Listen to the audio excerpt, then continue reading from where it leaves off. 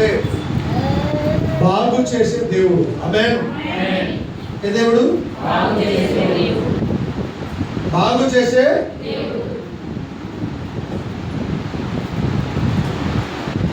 ఈ బాగు చేసే దేవుడి గురించి మనం తెలుసుకుందాం. బైబిల్ ఉన్న వాళ్ళందరూ కూడా బైబిల్ తెచ్చి మత్తయి సువార్త 8వ అధ్యాయము 1వ వచనం నుండి స్పష్టంగా చదవాలి. రైట్? ఆయన ఆ కొండ మీద నుండి దిగి వచ్చినప్పుడు బహుజన సమూహములు ఆయనను వెంబడించాను. ఇదిగో కుష్ఠరోగి వచ్చి ఆయనకు మొక్కి, ప్రభువా, నీకు ఇష్టమైతే నన్ను శుద్ధినిగా చేయవలెనను. నీకు ఇష్టమైతే ఆయన వద్దకు వచ్చారు, ఆయనను మొక్కారు. మనం కూడా ప్రభు వద్దకు రావాలి, ప్రభును ప్రార్థించాలి, ప్రభుని అడగాలి. కుష్ఠరోగులు దేవుని యొద్దకు వచ్చారు. మనం కూడా ఆయన యొద్దకు చాలా మంది నేను అన్ని బాగున్నాయి, నేను ఎందుకు ఎలా దేవుడు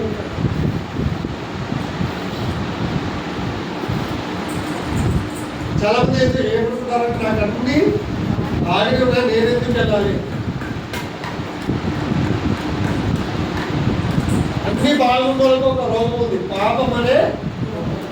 ఆ రోగం పోవాలంటే ఏసైనాకి పాపం అనే రోగం భయంకరమైనది. కుష్టి రోగం కంటే, క్యాన్సర్ రోగం కంటే భయంకరమైన రోగము పాపము వలన వచ్చు జీతము మరణము. కాబట్టి పాపమైన రోగం పోవాలంటే ప్రభు ఎందుకు? చాలా మంది దేవుని దగ్గర రావడానికి ఇష్టపడడం లేదు, సంఘానికి రావడానికి ఇష్టపడడం లేదు, ప్రార్థన చేయడానికి ఇష్టపడడం లేదు. నువ్వు దేవుని ప్రేమిస్తున్నావా? నిజంగా నువ్వు దేవుని నమ్ముకున్నావా? నిజంగా దేవుని నమ్ముకుంటే, నిజంగా నువ్వు దేవుడిని ప్రేమిస్తే, నిజంగా నువ్వు సంఘాన్ని ప్రేమిస్తే ఖచ్చితంగా నువ్వు దేవుని ఎదుగు రావాలి. ఆమేన్. ఆ దేవుడు అంటే చాలా ఇష్టం అండి, దేవుడు అంటే చాలా ప్రేమ అండి, కానీ నేను ఇంటికాడ ఉంటా అంటే కుదరదు.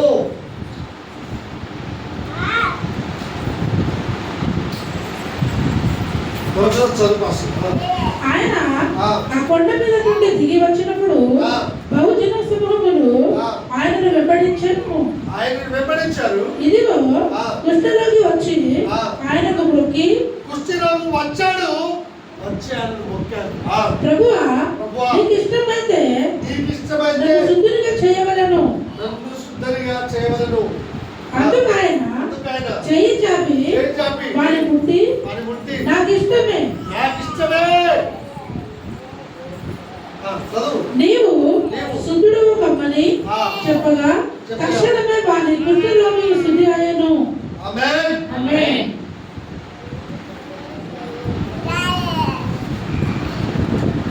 హల్లెలూయా. కుష్ఠరోగి అయి ఉండి కూడా ఎక్కడికి వెళ్ళాడు? కుష్ఠరోగి అయి ఉండి కూడా దేవుని దగ్గరికి వెళ్ళాడు.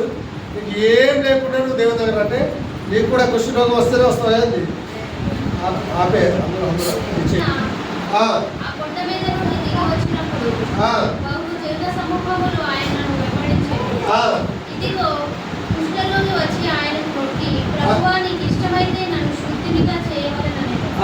అందుకైన చెయ్యి చాపి వాడిని ముట్టి, నాకు ఇష్టమైతే నీవు శుద్ధుడవు కమ్మని చెప్పగా తక్షణమే వాడి కుష్ఠరోగము శుద్ధి ఆయను.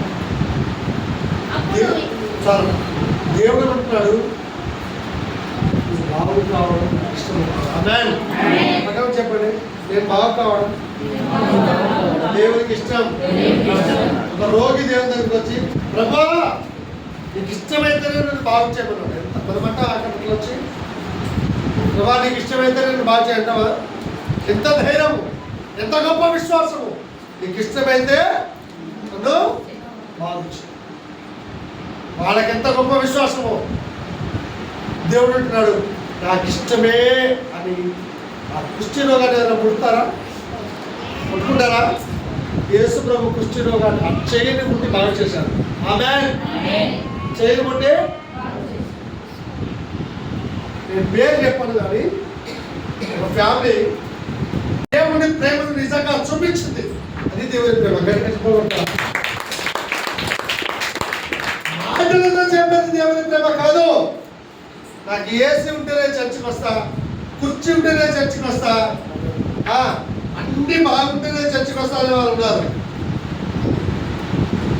నేను పల్లెటూళ్ళలో చాలా ప్రాంతాల్లో ప్రత్యేకత కదా, అక్కడ గుడిసె ఉంటుంది, గుడిసె కూడా ఉండదు, గుడిసె కూడా ఉండదు. కూర్చోవడానికి కనీసం నిలబడడానికి కూర్చోడానికి స్థలం ఉండదు. చాలా ప్రాంతాలలో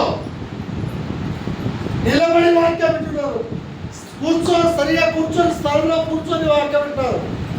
మనకు మంచిగా స్లాబ్ ఉంది, ఫ్యాన్లు ఉన్నాయి, కుర్చీలు ఉన్నాయి, ఇన్స్ట్రుమెంట్స్ ఉన్నాయి. కొన్ని రోజులు సాకులు అన్నాడు, ఈ చర్చిలో ఇన్స్ట్రుమెంట్స్ లేవు బ్రదర్, మేము రాము. ఇన్స్ట్రుమెంట్స్ వచ్చినాయి కదా, ఎందుకు వస్తున్నావు? మీ చర్చిలో కుర్చీలో బ్రదర్, మేము రాము. కుర్చీలు వచ్చినాయి కదా, ఎందుకు వస్తున్నావు? మీ చర్చిలో కొయర్స్ లేవు, కొయర్స్ ఉన్నారు కదా, ఇప్పుడు ఎందుకు వస్తున్నావు? వచ్చి పాడు.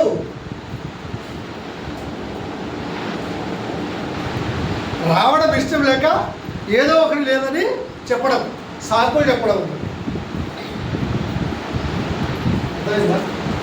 ఈ కుష్టి రోగాన్ని ముట్టడము ప్రపంచంలో ఏకైక దేవుడు మన యేసుక్రీస్తు కట్టుకుంటున్నాడు. ప్రపంచంలో ఏకైక కుష్టి రోగాన్ని ముట్టి, గాయాన్ని ముట్టి బాగు చేశాడు. కుష్టి రోగులు బాగు కావడం, రోగస్తులు బాగు కావడం నాకు. కాకపోతే ఇక్కడ ఒక సమస్య ఉంది. కుష్టి రోగి దగ్గర డబ్బులు ఉంటాయా? బయట తినండి మీరు. కుష్టి రోగుల దగ్గర డబ్బులు ఉంటాయా? ఉంటాయా ఉండవా? రమేశ్వరం ఉంటాయా? రాజు ఉంటాయా? కుష్టి రోగుల దగ్గర డబ్బులు ఉంటాయి. ఎంతమంది ఉంటాయని వాళ్ళు చేయలేబట్టి కుష్టి రోగులు ఉంటాయా ఉండవా? ఉంటాయా?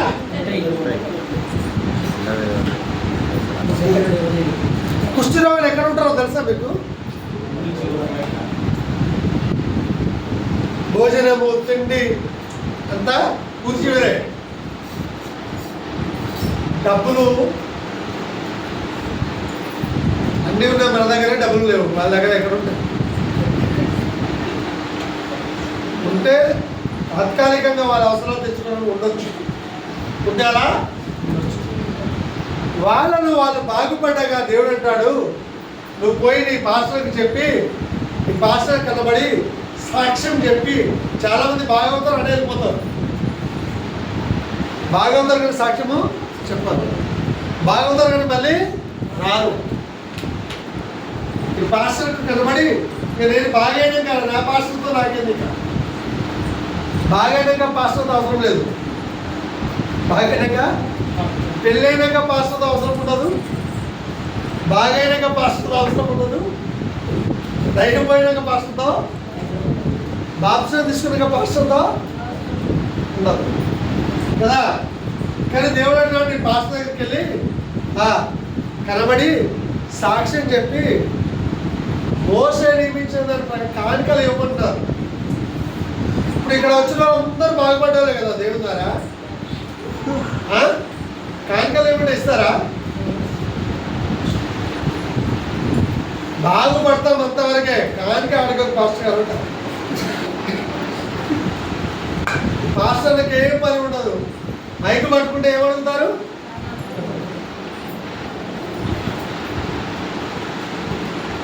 దేవుడు ఏమన్నాడు తెలుసా? రోగి దేవుడి దగ్గరికి వచ్చాడు, హాస్పిటల్లో లక్షలు కట్టంటే నోరు మీయకుండా కడతారు. మాంత్రికుల దగ్గరికి వెళ్తే నోరు మీయకుండా ఎంత అడిగితే అంత ఇస్తాడు. మందిరానికి వస్తే అప్పుడు జేబు నిండా ఉన్న డబ్బులన్నీ జేబు చిరిగిపోతుంది అన్నమాట. జేబు నిండా డబ్బులు ఉంటాయి కానీ చర్చికి వచ్చే లోపు, దేవునికి ఇచ్చే లోపు ఆ జేబు ఎట్లా పడిపోతుందో తెలియదు అన్నట్టు. మిగతా వాళ్ళకందరికీ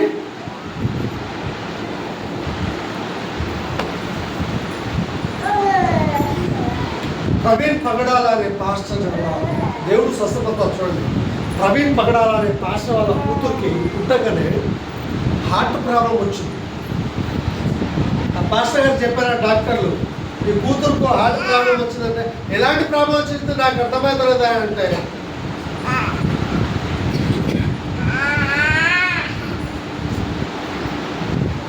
ఇది చెప్పాడు. ఇది ఒక సినిమాలో ఒక హీరోనికి వచ్చినటువంటి అలాంటి ప్రాబ్లమే వచ్చింది, ఈ కూతురికి చాలా ప్రాబ్లం అని చెప్పాడు. ఆయన ఏం చేశాడు తెలుసా, 2 సంవత్సరాలు ప్రార్థన చేశాడు. నువ్వు నా తండ్రివి, నా రాజువు, నా వైద్యుడు, నా దేవుడవు, నా కూతురు ఎలా బాగు చేయవు. ఛాలెంజ్. ఆ విశ్వాసం ఉందా మనకి? ఏంటిది ఛాలెంజ్. నా తండ్రి, నా దేవుడు, నా రాజు, నా కూతురు అనారోగ్యంతో ఉండడం ఏంటిది? నీ మోకాలు వంగి దేవునితో పోరాడాడు, దేవుని అడిగాడు. అలా అన్న డాక్టర్ 2 సంవత్సరాల తర్వాత కానీ కూతురుకు జబ్బే లేదని చెప్పడం వినాలి. ఇప్పుడు పరిశుద్ధాత్మ అభిషేకం అంటే, పరిశుద్ధాత్మ కార్యం అంటే ఈ కూతురు కోసం అలా ప్రార్థన చేస్తున్నా. రోగముల తెలంగాణ భయపడుతున్నావు, సమస్యలు తెలంగాణ భయపడుతున్నావు, మోకాలు వంగి విశ్వాసంలో ప్రార్థిస్తున్నావా? డాక్టర్లు ఏదో చెప్తున్నారు భయపడుతున్నావు. భయపడుకో, మందిరానికి రా, మోకాలు వంగు, ఉపవాసం ఉండవు, ప్రార్థన. హల్లెలూయా, హల్లెలూయా, హల్లెలూయా. మరి దేవుడికి ఈ కుష్టి రోగులకు వెళ్ళి కానికగా మరి ఎందుకు అనిపించిందో, పాస్టర్ దగ్గర డబ్బులు లేవు కావచ్చు, కుష్టి రోగం ద్వారా ఇప్పిద్దాం అనుకున్నాడు దేవుడు కదమ్మా. పాస్టర్ దగ్గర డబ్బులు లేవు కావచ్చు, అందుకు పాస్టర్ కనబడి బాగుపడిపోవడమే కాదు కానిక కూడా ఇచ్చి ఇప్పుడు యేసు ఎవరితోనూ ఏమీ చెప్పకసుని, కానీ నీవు వెళ్ళి వారికి సాక్షాత్మై నీ దేహమును యాజకునికి కనపరుచుకొని మోసే నియమించిన కానుక సమర్పించమని వారితో చెప్పాను.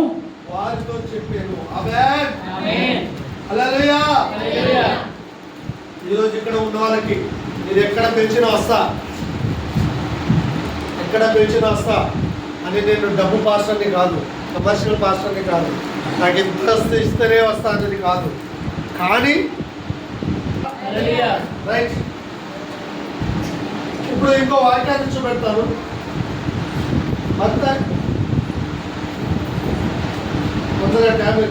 మొదటి 1:4. చాలా మంది ఇక్కడ చాలా కార్యాలు చూస్తున్నారు, కానీ ఎవరు చెప్తలేరు కదా. హల్లెలూయా, చెప్తున్నామా? తొందరగా చదువు. మొదటి యోహాను 1:4. మొదటి యోహాను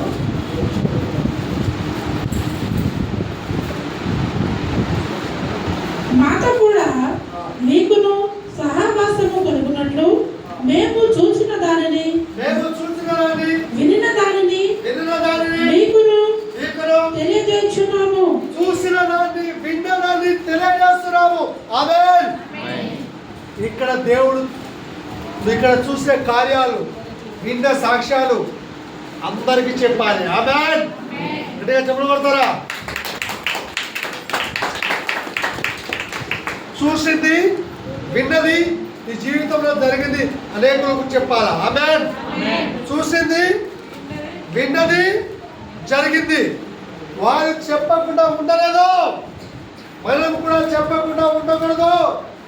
అమ్మా, ఇక్కడ ఏం చూస్తున్నావో, ఏం వింటున్నావో, నీ జీవితంలో ఏం కార్యం జరిగిందో అది చెప్పాలి. ఆమేన్. అది ఆపేసేయండి. చెప్పకుండా ఉండకూడదు. చెప్పు, దేవుడు చేసిన కార్యం చెప్పు, దేవుడు చేసిన కార్యం చెప్పు, దేవుడు చేసిన కార్యం చెప్పు, దేవుడు చేసిన కార్యం చెప్పాలి. విన్నవాడిని కన్నవాడిని మేము చెప్పలేక ఉండలేదు. చదువు. జీవ వాక్యమును గూర్చినది ఆది నుండి ఏది ఉండెనో ఏది ఉండెనో మేమేది వింటిమో ఏది వింటిమో కనులారా ఏది చూసితిమో. చాలా మంది కనులారా చూసి కూడా వస్తున్నారు. ఈ ప్రజలు కళ్ళారా చూసి చెవులారా విని హృదయంలో గ్రహించలేకపోతున్నారు. కళ్ళతో చూస్తావు అప్పుడు మటుకే, చెవులారా వింటావు అప్పుడు మటుకే, కానీ నీ హృదయం మారాలి. ఆమేన్. నీ హృదయము నీ జీవితము మారాలి. చదువు. ఏది నిదానించి కనుగొంటేమో మా చేతులు దేనిని తాకి చూచేనో అది మీకు తెలియజేయుచున్నాము. మీకు తెలియజేస్తున్నాము. ఆ జీవము ప్రత్యక్షమాయను తండ్రి యొద్ద ఉండి మాకు ప్రత్యక్షమైన ఈ నిత్య జీవమును మేము చూసి ఆ జీవమును గురించి సాక్ష్యం ఇచ్చుచు దానిని మీకు తెలియజేయపరుచుచున్నాము. ఆ జీవం గురించి సాక్ష్యం చెప్తున్నాము. ఆమేన్. టీవీ 9, టీవీ 5 టీవీ మీరే సాక్ష్యం చెప్పాలి. ఆమేన్. ఆ రోజులు శిశువులే సాక్ష్యం చెప్పారు. ఆమేన్. విశ్వాసం సాక్ష్యం చెప్పారు. హల్లెలూయా. ఎవరు చేయాలి? ఎవరు సాక్ష్యం చెప్పాలి? ఎవరు చెప్పాలి? శిక్షకత ఎవరు చెప్పాలి? సెలవురా రైట్. ఏరి సాక్ష్యం చెప్పాలి. సాక్ష్యం చెప్పు సీనన్నా, సాక్ష్యం చెప్పు. సాక్ష్యం ఇచ్చేదా మన స్వామి యేసు దేవుడనచు సాక్ష్యం ఇచ్చేదా. హల్లెలూయా, హల్లెలూయా. అపోస్తలుల కార్యములు 4వ అధ్యాయం 59 ఈ యొక్క వచనం చదివి నేను చూపిస్తాను. 4వ అధ్యాయం 34 నుండి 38 వరకు చదవము. భూములైనను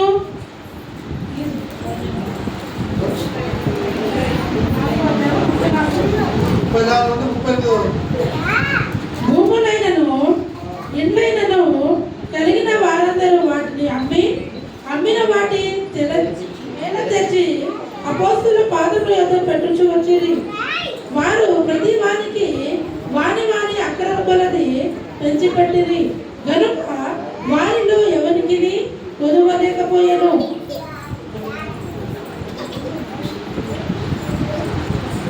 ఆమేన్. యేసు ప్రభు ఎవరికి? అందరికీ ప్రభు. 10వ అధ్యాయం చేయండి. 10వ అధ్యాయము 34-38 చదువు.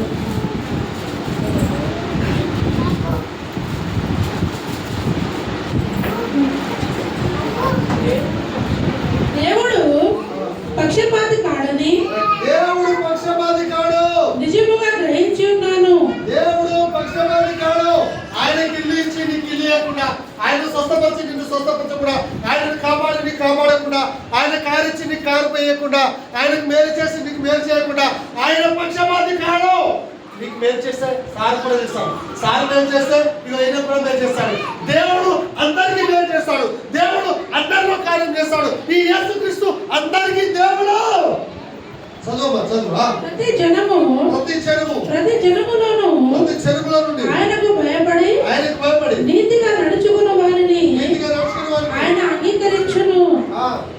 యేసుక్రీస్తు అందరికీ ప్రభువు. యేసుక్రీస్తు అందరికీ ప్రభు. పక్కన చెప్పండి. యేసుక్రీస్తు అందరికీ ప్రభువు. అది అందరికీ తెలియదు, నువ్వు చెప్పాలా. ఆమేన్.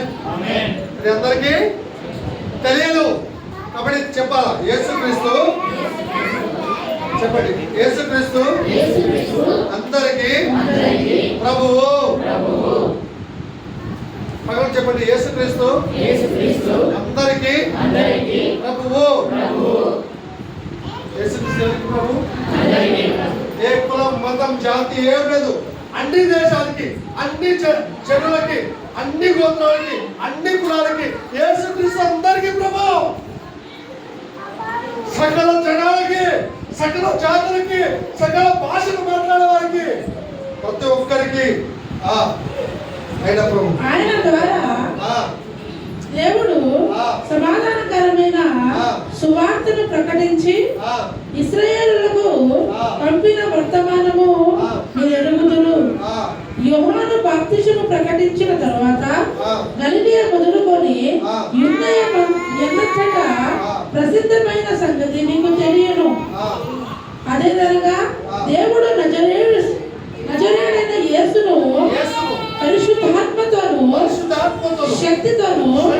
అభిషేకించును. దేవుడు ఆయనకు తోడై ఉండేను కనుక ఆయన మేలు చేయించు అపవాది చేత పీడింపబడిన వారందరినీ స్వస్థపరచుచు. ఈరోజు ఇక్కడ అపవాది చేత పీడింపబడిన వారికి స్వస్థత వచ్చును గాక. చెప్పండి, అపవాది చేత పీడింపబడిన వారందరికీ స్వస్థత వచ్చును గాక. ఆ రోజు ఆత్మ కలిగితే మేలు చేయాలి. ఆమేన్. నీకు ఆత్మ ఉందా? ఎంతమందికి ఆత్మ ఉంది ఇక్కడ? ఎంతమంది పరిశుద్ధాత్మ ఉంది? ఆత్మ ఉన్న వాళ్ళు మేలు చేస్తారు. ఆమేన్. ఆత్మ ఉన్న వాళ్ళు ఏం చేస్తారు? చెప్పండి, ఏం చేస్తారు? ఆత్మ ఉన్న వాళ్ళు ఏం చేస్తారు? నాలో పరిశుద్ధాత్మ ఉందంటే నేను మేలు చేయాలి. ఆత్మ ఉన్న వాళ్ళు ఏం చేస్తారు తెలుసా? దయ్యాలు కొడతారు. హల్లెలూయా. ఆత్మ ఉన్న వాళ్ళు దయ్యాలు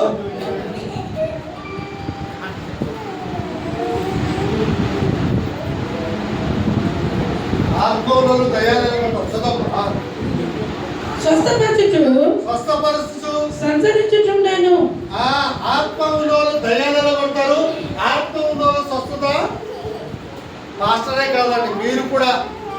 హల్లెలూయా, హల్లెలూయా. మీలో కూర్చున్న వాళ్ళలో ఇక్కడ నేను దయ్యాల కోసం ప్రార్థన చేస్తా, స్వస్థత ప్రార్థన చేస్తా, నాలో ఆత్మ ఉన్నదనే వాళ్ళు ఏదైనా ఉంటారు కదా? ఉన్నారా? నిలబడితే కార్యం జరగాలి. ఆమేన్. చేయబడితే కార్యం జరగాలి. ఆమేన్.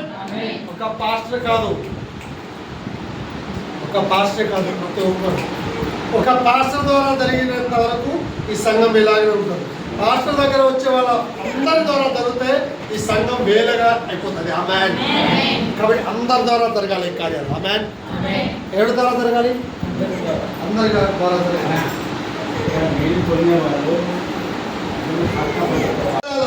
నీ ఆర్థిక పరిస్థితి మారాలా, నీ కుటుంబ పరిస్థితి మారాలా, నీ జీవితం మారాలా. గొప్ప కార్యాలు, ఆశ్చర్య కార్యాలు జరిగించమని ఈరోజు వాక్యం ద్వారా యేసుక్రీస్తు అందరికీ దేవుడని మాట్లాడిన మాటలను బట్టి, చేసిన కార్యమును బట్టి నీకే మహిమ వందనాలు చెల్లిస్తుంది. యేసు అధికారం కలిగిన నామములో అడిగి వేడుకుంటున్నాను తండ్రి. ఆమేన్, ఆమేన్. మొదటి